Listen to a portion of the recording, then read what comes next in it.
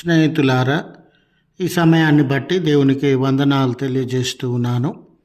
ప్రేమపూర్వకంగా మిమ్మల్ని అందరినీ వాక్య ధ్యానంలోనికి ఆహ్వానిస్తూ ఉన్నాను. నేను నిన్ను తప్పించదను అనే ఆలోచనను మీతో కూడా పంచుకోవడానికి ఇష్టపడుతూ ఉన్నాను కనుక దేవుని యొక్క వాక్యమును మీరు ముగింపు వరకు ఆలకించాలని మీ కుటుంబ సభ్యులతోనూ తోటి విశ్వాసులతోనూ ఈ వీడియో షేర్ చేసుకోవాలని మీ ప్రార్థన మనవులు ఎట్టివైనను కామెంట్స్ రూపంలో తెలియజేయండి. నమ్మకంగా మీ కొరకు ప్రార్థిస్తాము. ఈ వీడియో మీ ఆధ్యాత్మిక జీవితంలోకి ఉపయోగకరంగా ఉంది అని మీకు అనిపిస్తే దయచేసి ఈ ఛానల్ను సబ్స్క్రైబ్ చేసుకునవలసినదిగా మనవి చేస్తూ ఉన్నాను. లేఖనము ఇర్మియా గ్రంథము 39వ అధ్యాయం 18వ వచనము. నీవు నన్ను నమ్ముకొంటివి గనుక నిశ్చయముగా నేను నిన్ను తప్పించెదను. స్నేహితులారా, మన అవసరతల యందు మనము బాధలలో శ్రమలలో ఉన్న సందర్భంలో ఎన్నో పర్యాయాలు నా స్నేహితుడు లేక నా బంధువు, నా కుటుంబ సభ్యుడు ఏదైనా ఆపద ఉంటే నాతో చెప్పు, నీకు సహాయం చేస్తానని తెలియజేసినాడు కదా అని మనము కష్టముల మధ్య శ్రమల మధ్య ఉండినప్పుడు మనకు పరిచయం ఉన్నటువంటి వారిని, బంధువులను, స్నేహితులను, మన కుటుంబాలకి చెందినటువంటి వ్యక్తులను సహాయము అడిగేటటువంటి వారంగా ఉంటాం. అయితే స్నేహితులారా, వారిలో చాలామందికి సహాయము చేయగలిగిన స్థితిలో ఉన్న కొన్ని పర్యాయాలు మనకు సహాయం చేయడం వాళ్ళకి ఇష్టము లేకపోవచ్చు. మరికొన్ని పర్యాయాలు మనకు సహాయము చేసేంత శక్తి సామర్థ్యములు వారిలో ఉండకపోవచ్చు. మరికొన్నిసార్లు వారు స్వార్థానికి లోనవుతూ ఉండవచ్చు. ఈ మనిషికి సహాయం చేస్తే నాకేంటి లాభము అనే ఆలోచనలను కలిగినటువంటి వారుగా ఉండవచ్చు. మనిషి మనవాడు అనుకున్న, మనతో ప్రమాణము చేసినటువంటి వాడు అనుకున్న, ఈ జీవితకాలంలో మనతో ప్రయాణం చేస్తున్నటువంటి వాడు అనుకున్న, ఏదో ఒక సమయంలో ఖచ్చితంగా మారిపోయే వాడిగా ఉంటూ ఉన్నాడు. ఇలాంటి తరుణంలో స్నేహితులారా, మనము ఎవరినైనా నమ్ముకున్నప్పుడు మనకి మన అనుభవాలు నేర్పేటటువంటి పాఠం ఏమిటంటే, మనం ఎవరిని ఎక్కువగా నమ్ముతామో వారే మనల్ని మోసగించేటటువంటి వారుగా ఉంటారు.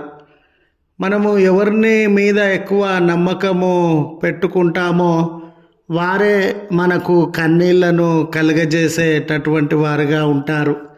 ఇలాంటి సందర్భంలో స్నేహితులారా, ఏ దాపరికం లేకుండా, ఏ అనుమానం లేకుండా నమ్మినటువంటి వారిలో ఖచ్చితంగా మనకు మేలు చేయగలిగినటువంటి వారు, మనం ఎవరినైతే నమ్మినామో వారిలో నమ్మదగినటువంటి సహాయము అందించగలిగినటువంటి వారు దేవుడు మాత్రమే.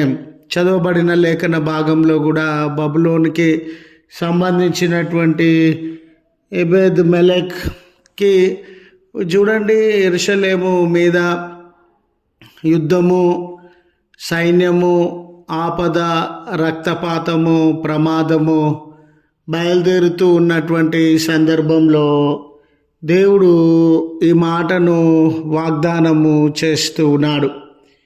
నీవు నన్ను నమ్ముకొని ఉన్నావు, దేవుడు నాకు సహాయం చేస్తాడని, దేవుడు ఈ ఆపదలో నన్ను లేవనెత్తుతాడని, ఈ ప్రమాదకరమైన పరిస్థితుల నుండి ఆయన మాత్రమే నన్ను బయటకు తీసుకొని రాగలడు అని నన్ను నమ్ముకొని ఉన్నావు గనుక నేను నీకు తప్పకుండా సహాయం చేస్తాను, తప్పకుండా నీకు విడుదలను అనుగ్రహిస్తాను అని దేవుడు వాగ్దానం చేస్తూ ఉన్నాడు.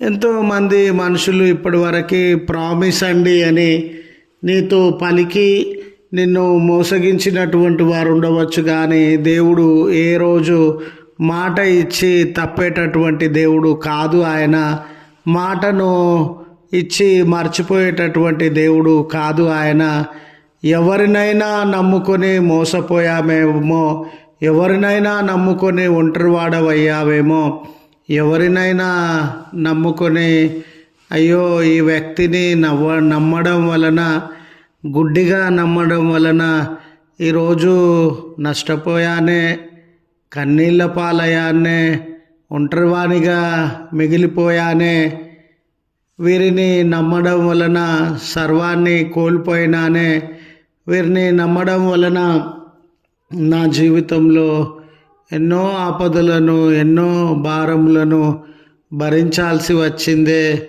అనే పరిస్థితులు నీ హృదయంలో ఉండినవేమో.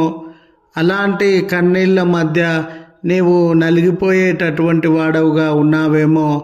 స్నేహితులారా, ఈ దినాన దేవుడు నీకు ఇచ్చుచున్న వాగ్దానము, ఆయన ఖచ్చితంగా నువ్వు ఆయనను ఆశ్రయించినప్పుడు, ఆయనను అడిగి ఉన్నప్పుడు నీ పక్షాన నిలువబడేవాడని, నీకు ఆ కన్నీళ్ళలో నుండి, శ్రమలు, అవసరతలు, భారములు, కృంగిపోయిన బ్రతుకులలో నుండి ఆయన లేవనెత్తగలిగినటువంటి వాడు అని గుర్తు చేస్తూ ఈ మాటలను ముగిస్తూ ఉన్నాను. ప్రార్థించుదము. కృపగల తండ్రి, ప్రేమగల మా దేవా, నీ పరిశుద్ధ నామమునకు వందనాలయ. పలాని వ్యక్తిని నమ్మి నిలువున మోసపోయానే, ఒంటరివాడనయ్యానే, ఫలాని వ్యక్తిని నమ్ముకోవడం వలననే కదా ఈ కన్నీళ్ళు, బాధలు అనే బాధింపబడుతూ ఉన్న కుటుంబంలో ఉండినవి, వ్యక్తులు ఉండినారు. అందరికంటే నమ్మదగినటువంటి దేవుడవు, అందరికంటే మాట ఇచ్చి ఆ మాటను నెరవేర్చగలిగిన శక్తి, సామర్థ్యములు కలిగినటువంటి దేవుడవు. ఎవరెవరికి మోసపోయిన అనుభవాన్ని బట్టి, నష్టపోయిన అనుభవాన్ని బట్టి, మనుషులను నమ్మి కృంగిపోయిన అనుభవాన్ని బట్టి వేదనలు, సమస్యలను అనుభవిస్తూ ఉన్నారు. అట్టి ప్రజల, అట్టి విశ్వాసుల కన్నీళ్లను మీరు ఎరిగినటువంటి దేవుడవు కదా, బంధకములను మీరు ఎరిగినటువంటి దేవుడవు కదా. మీ కృప చూపండి యేసయ్యా. మీ కనికరాన్ని వాళ్ళ జీవితాలలో విస్తరింపజేయండి యేసయ్యా. మీ కార్యములను జరిగించి మిమ్మల్ని నమ్మినప్పుడు, ఎన్నో మేళ్లను మీ మీద ఆధారపడినప్పుడు విమోచనను అందించే దేవుడు కదా, వారి జీవితాలలో మీ కార్యాన్ని ప్రారంభించుమని అయ్యా, ఎవరిని ఎడబాయక మీ మిమ్మల్ని ఆశ్రయిస్తున్న ప్రతి బిడ్డ ఎడల మీ హస్తములను చాచుమని క్రీస్తు పేరట వేడుకొనుచు ఉన్నాము తండ్రి. ఆమెన్.